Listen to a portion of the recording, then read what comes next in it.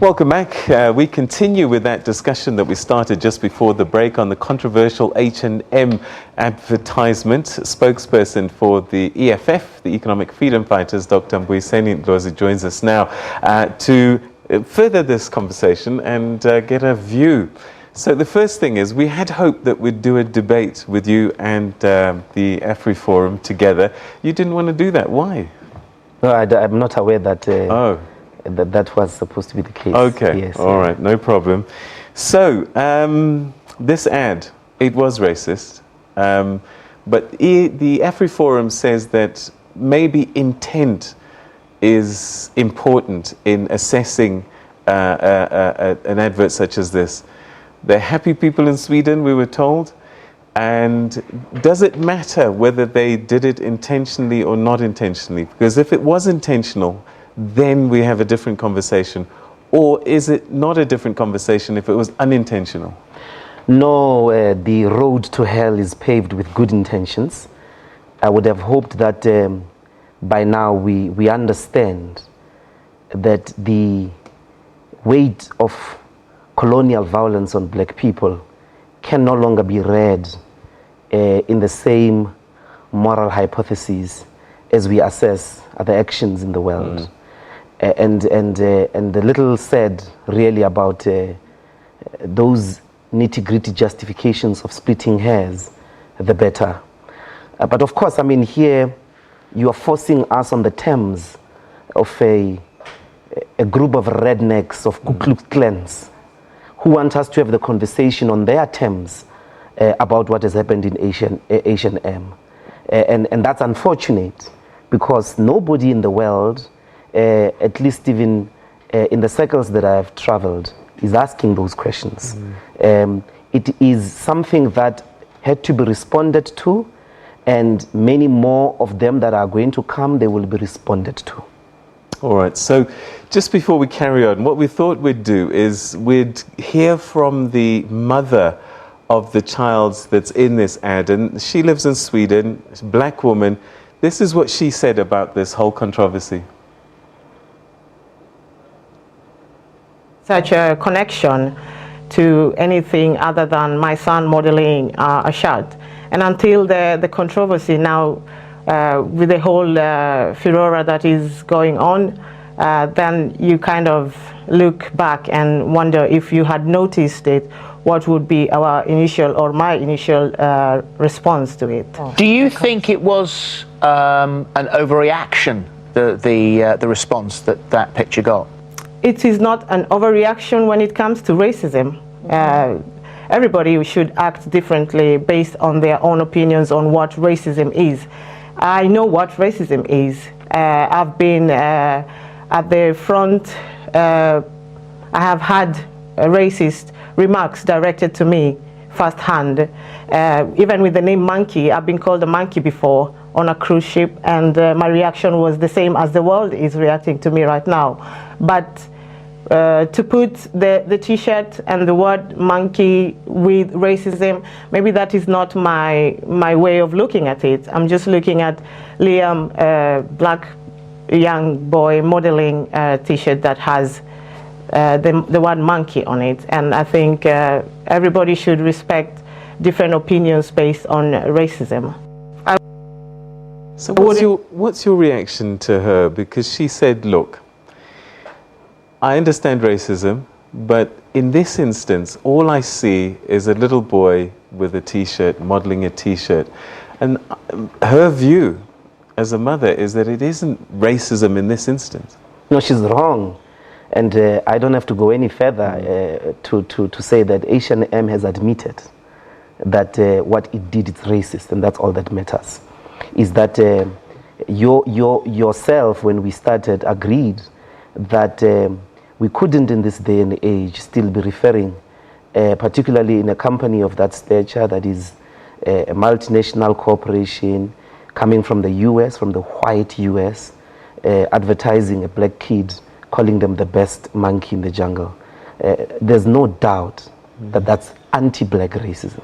All right, so your response now, yes, was that appropriate, going into shops and vandalizing them? Absolutely. Look, I mean, there are two things here. That's how people on the ground react. And it happens across the country, service delivery protests. This was a bottom-up initiative of the branches of the EFF. It was not planned in the central command team at the national level. We were in a meeting with the bishop of the CC, and we also caught it in the news that the branches of the EFF from the bottom up have taken an action. Now, I don't know what happened between them and whoever they interacted with inside. Retrospectively, we've had to defend them. Whether we would have planned a protest that way or not, that's different. That's water under the bridge. The ordinary people, the ordinary membership of the EFF saw it fit to respond in the way that they did. And I'm here to affirm, I'm here to say that that's okay. Sometimes precisely, that's what rage looks like. All right, so what you're saying is that post the event, you're saying, good, well done. If that's how you want to express yourself, that's fine. Doesn't that then say to members in the future, if they're angry about something, they can be violent? Look, I mean, if you are angry about the racism and you are violent, we will always be on your side. If that's the case, and we will not say be angry and be violent. But if you are angry at racism and you go and express yourself violently, we're not going to distance ourselves from you. We're going to affirm you, because we understand where that came from. We live in this body. Right. We live in the skin. So the danger with that, of course, is that somebody may not know where to draw the line. In this instance, it was clothes that was vandalized. Somebody in the future might actually go and hit a white person. Is that not something you're scared of? No. If somebody is racist at you, a white man in a shop calls you the K word, or but this ad discriminates against you. Yeah, but this ad was in Sweden. It wasn't here.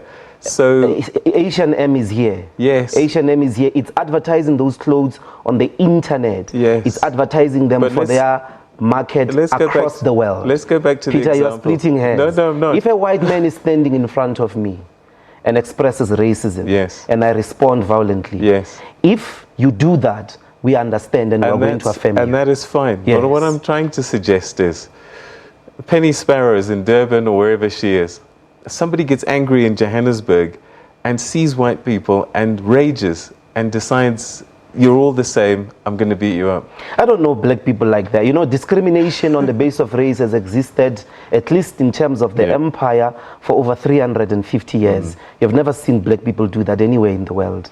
Because we're not driven by hate. We're rational people. Across the world, we're people who are often, actually, most of the time, people of peace.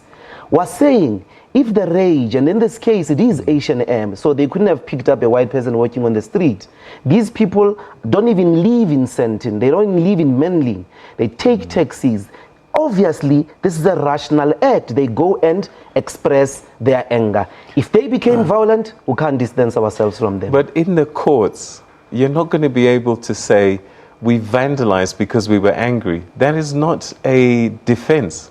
Or is it, in your view? Why not? It is a defense. I mean, if the courts of South Africa don't understand how racism feels, that a person can, if they are called a monkey, respond violently, then maybe those courts have not understood the history of this country. People who are discriminated against racially, if they express themselves violently, we understand and actually we affirm it. And if the courts do rule against you, will you stop this kind of action in the future? That's the problem. There's no program of violence. There's nobody who says there is a program of action to be violent and so on and so forth. The masses responded. They went to express their anger. And there were a few pieces of clothes on the floor. They didn't even steal them. They didn't even loot them. And we dedicate the whole show not on understanding systematic racism, not on understanding why H&M at this day and age still would have in its platforms internationally ads like that. No, we are here to discuss the reaction of black, reaction of victims. Why? Because you all people are very glad to always discuss in ways that continue to disempower black people. So we're not here to hold H&M accountable. We're here to hold angry people accountable, where are legitimate grounds to be angry. What would you like H&M to do? Look, there has to be people who will not operate on the basis of our ethics and the ethics expressed not only in the Constitution but across many liberation manifestos. If they are not willing to do that, they must pack and go. We don't accept jobs from racists. We must never accept jobs from racists. We must never accept to live on our knees. We must never accept anybody who uses the color of our skin as a means of our humiliation, as a means of our indignification, even if that means in exchange for a job. They must pack and go. But that's the last resort. Hopefully they are willing to be transformed, but they haven't made any contact to that effect. They've just said, no, we are willing to speak, but we don't know what's their attitude. And to that extent, as long as the branches of the EFF want to continue with their action, they must know we are in full support of them as the leadership. If they apologize, is that enough? No. You steal my car, you don't apologize, you return it. So the time for apology for racism is over. There must be consequences. You act in a racist way, there must be consequences. What must they do? In our view, there are a whole set of things. I mean, as I said, the last resort is that they must pack and go if they were not willing to transform. But it's going to be on the basis of an assessment. I can't preempt. It has to be on the basis of an assessment of their attitude. There are a whole set of things that they can do. We have to check if they are using labor brokers. We have to check how much of those clothes are they producing locally. We have to check, if there's a charity that they can go donate millions of rands to. We have to check if they are paying a living wage, because majority of the black people. And that's the thing about systematic racism. The manner in which you deal with this systematic racism is that you bring black people closer to the means of subsistence, so that the hatred of white people does not matter. Why does it matter? It's because it still controls our access to the means of subsistence. It controls our access to the schools, to the universities. So the hatred of my neighbor will never matter as long as it does not stop me from getting access to privilege. It only matters on the basis that it stops me from access to privilege. So in a way, getting people closer to the means of production is making white hatred useless. Does it matter that it happened in Europe, it didn't happen here, and that maybe H&M in South Africa treats their workers great? But you are wrong. Yeah. There's no Europe. This is a global society. It's a globalization. H&M is a multinational company. It's advertising on the internet. It's not advertising to Europeans. It's advertising to everybody on the internet. So you have to divorce and disabuse yourself from the language that the racism happened in Europe or it happened in Switzerland or in America. No, it's globalization. It happened in South Africa, it happened in Maryland, it happened in Durban, it happened in Johannesburg. All right, so I'm going to show you something now. We've got some pictures which have raised also a bit of a debate this week, and I just want to get your comment on this. It moves slightly away from what we're talking about, but let's take a look at these commercials now. I think they might put them up on the screen for there. So what we have here is the same product. On the one picture, you've got a young black child who's playing on his own and is eating his foot. On the other picture, you've got a white mother holding a baby, and there's a very loving and touching moment. So when you first look at these pictures, what's your reaction? Because we're kind of now getting into this space where must we look at everything very carefully and see what the messages are? Is there a subtle message for you there that's separating black and white? You've got a child on its own, a black child, and then on the other, the debate has been, why didn't they have a mom holding the black child as well? Yeah, well, I think it's a legitimate question. Yeah. Excellent, yeah. It's a legitimate question. Look, there is a lot of the ways in which adverts package products and advertisement in terms of the usage of language and images to black people. They are very sensitive that there is a different grammar when you are talking to blacks, and there is a different grammar when you're talking to white people. And sometimes that grammar, they plug into it falsely. They plug into it in ways that sustain black people as less than human. And in this case, I think it's a legitimate comment. The black child looks abandoned. The other child looks cared for. So as to whether it's something I would go much for, I don't know. I wouldn't much for this one. Yeah. It has to be very much explicit as it were. But there is the danger that there's some people who will misinterpret what happened with H&M and say that this is the same kind of behavior. and march No, on Peter, this is a diversion. H&M called a black kid, and this is in an advert that has a whole line of black of young models or kids, and the black child is wearing best monkey in the jungle. I mean, and then you are diverting that attention with a pampas. SABC is degenerating.